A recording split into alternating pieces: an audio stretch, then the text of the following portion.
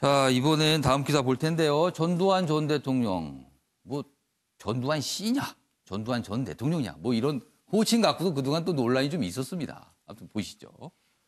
전두환 측 법정서 졸았던 것 사과. 저번에 광주에서 열렸던 재판 참석을 했는데 그때 뭐 졸았다, 어쩌다 이런 얘기가 좀 있었죠. 일단 어제 광주지법에서 재판이 열렸는데요. 어제 이제 불출석한 상태에서 재판이 열려서 전두환 측, 이제 변호인 측이죠. 법정에서 졸았던 거 사과한다. 이렇게 돼 있는데요. 어제 이제 주목된 것 중에 하나가 변호인이 서울에서 재판을 받게 해달라고 얘기를 했어요. 서울에서. 그래서 여기 있습니다. 내용 보시면.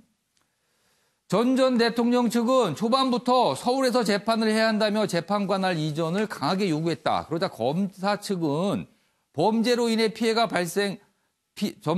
피해 발생지나 고소인 측의 주소 등을 감할 땐 광주가 관할이 맞다. 이렇게 반박을 했다고 합니다.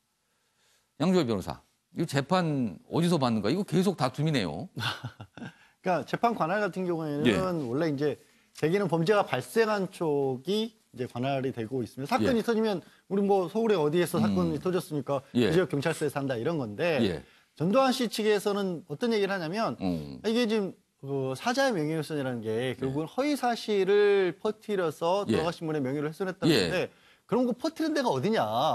그럼 집이냐, 우리 집이냐, 전두환이 내 집이냐? 그렇게도 얘기 안 하고 심지어 이게 판매된 서점이다, 그 서점이 있는 곳이다 이런 얘기를 해가면서 서점 관할지.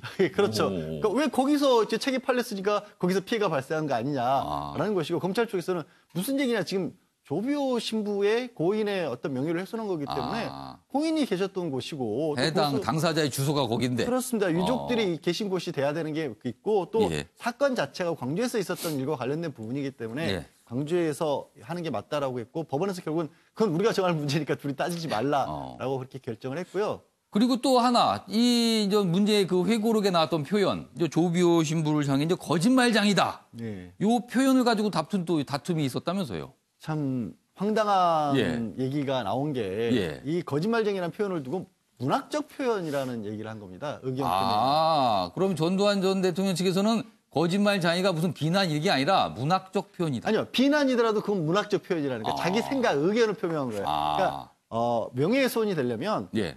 허위 사실을, 거짓 사실을 적시해야 되는데 이런 거죠.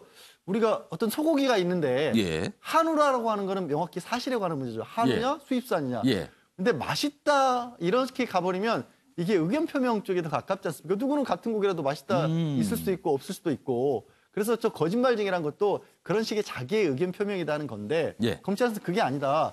이게 책의 맥락을 보면 앞에서 기초 헬리콥터에서 총 사격이 없었는데 있었다고 썼다.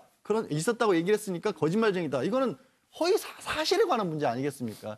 그렇게 검찰에서 보고 있는 거죠. 최근에 재밌는 판례가 하나 예. 있었어요. 모 그 정당의 여성 최고위원을 아무개 그 위원은 무당 같다 이렇게 그 목사께서 발언한 거가 이게 명예훼손이 안 된다. 이거는 그냥 의견 표명이다. 그래서 대법원까지 의견으로 받아들였네요. 무죄가 난 게 있어요. 그러니까 그 조비오 신부는 거짓말쟁이다. 이거는 그냥 의견 표명이지 사실 적시가 없으니까 이거는 뭐 명예훼손이 안 된다. 이런 취지로 주장을 한 것 같아요. 전두환 전 대통령 측 변호인 측에서 이제 그 부분을 지금 이 재판 과정에서 계속 얘기를 하고 있는 거네요. 거짓말쟁이다. 누구한테 그렇게 얘기한 게 의견이냐? 허위사실 주장이냐? 이 부분이군요, 지금. 알겠습니다. 자, 이번에는 최근에 우리 사회에 마약이 너무 많이 확산되는 거 아니냐 이런 우려 계속 나오고 있습니다. 연예계를 중심으로 마약 얘기가 자꾸 나오고 있거든요. 또 나왔습니다. 보시죠. 이쪽에 있습니다. 필로폰 투약 방송인 로버트 할리 전격 체포.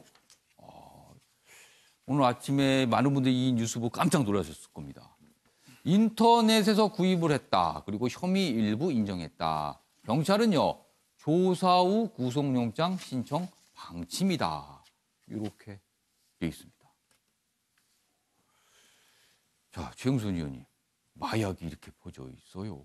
그리고 이분은 원래 뭐 음주나 흡연 이런 거 안 하시는 걸로 알려져 있었는데 마약으로 되니까 많은 분이 더 놀란 것 같아요. 그래서. 그러니까요. 우리나라가 마약 청정국으로 원래 분류가 돼 있다가 예. 최근 들어서 마약 관련된 범죄가 계속 늘어나고 있고 예. 또 그러니까 방금 앵커께서 말씀하셨듯이 전혀 마약과 관련돼 있지 않은 그렇게 생각이 안 드는 분. 물론 뭐 어떤 분은 마약과 관계돼 이런 건 아니지만 그래도 굉장히 깜짝 놀랄 인물. 예.